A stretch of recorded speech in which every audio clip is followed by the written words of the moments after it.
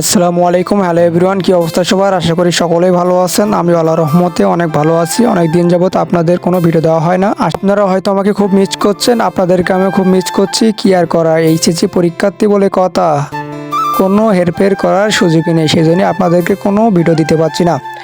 তাই ভাবলাম বাড়ি বসে না থেকে আপনাদের কোনো একটা ভিডিও দেই। তাই ভাবলাম আজকে ঘুরে আসি। আজকে আমি ঘুরতে যাচ্ছি বাংলাদেশের ঐতিহ্যবাহী জেলা সাতক্ষীরা জেলার প্রতাপনগরে কিছু কিছু অঞ্চল আমি ঘুরবো, আর সেই সাথে আপনাদেরকে ঘুরেও দেখাবো।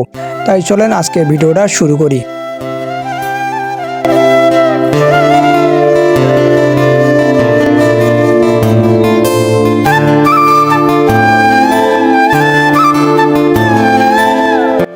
হ্যালো এভরিওয়ান, বাংলাদেশের একটি ঐতিহ্যবাহী জেলা সাতক্ষীরা। আর সাতক্ষীরা জেলাকে চেনে না কিংবা তার নাম শুনেই এমন কোনো মানুষ হয়তো খুঁজে পাওয়া যাবে না।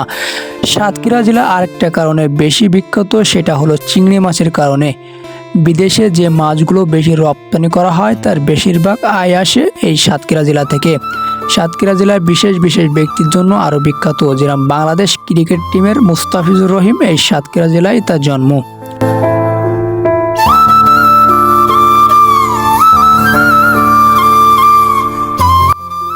হ্যালো এভরিওয়ান, এখন চলছে বর্ষার মৌসুম, তাই ভাবলাম বাড়িতে বসে না থেকে কোথা থেকে ঘুরে আসি।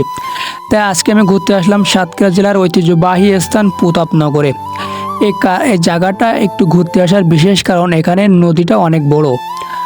জীবনে অনেক জায়গায় ঘুরেছি, কিন্তু নদীতে বেশিরভাগ সময় আমার ঘোরাই হয় না। তাই বন্ধুকে সাথে নিয়ে আজকে ঘুরতে রওনা করলাম। আর আপনারা যারা জানেন কিংবা সাতক্ষীরা জেলায় যাদের জন্ম, তারা ভালো করে জানেন যে সাতক্ষীরার প্রতাপনগর 3 গাঙের জন্য আরও বেশি বিখ্যাত।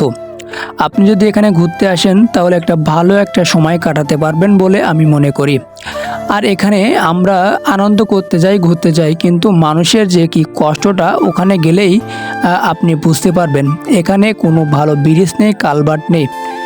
এখান থেকে মানুষ পারাপার হয় সেই আদিম যুগের নৌকায় ব্যবহার করে।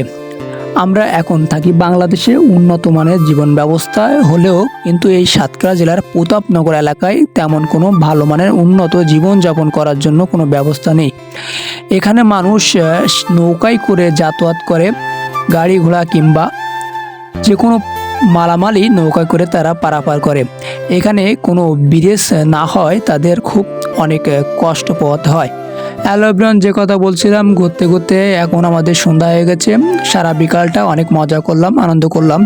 এখন আমাদের বাড়ি যাওয়ার জন্য প্রস্তুতি হতে হবে। দেখতে পাচ্ছেন চতুর্দিকে অন্ধকার হয়ে গেছে, আর লাল সূর্যটাও ডুবে গেছে আকাশের ভিতরে, কিছুক্ষণের মধ্যে মিলে যাবে। তাই ভাবলাম বাড়ি যাওয়ার জন্য আমরা রওনা হব। তাই চাচাকে বললাম, চাচা আমাদের ঘাটে নিয়ে পৌঁছে দেন, আমরা বাড়ির দিকে রওনা হব। হ্যালো এভরিওয়ান, আপনাদেরকে অনেক দিন যাবৎ কোনো ভিডিও দেওয়া হয় না।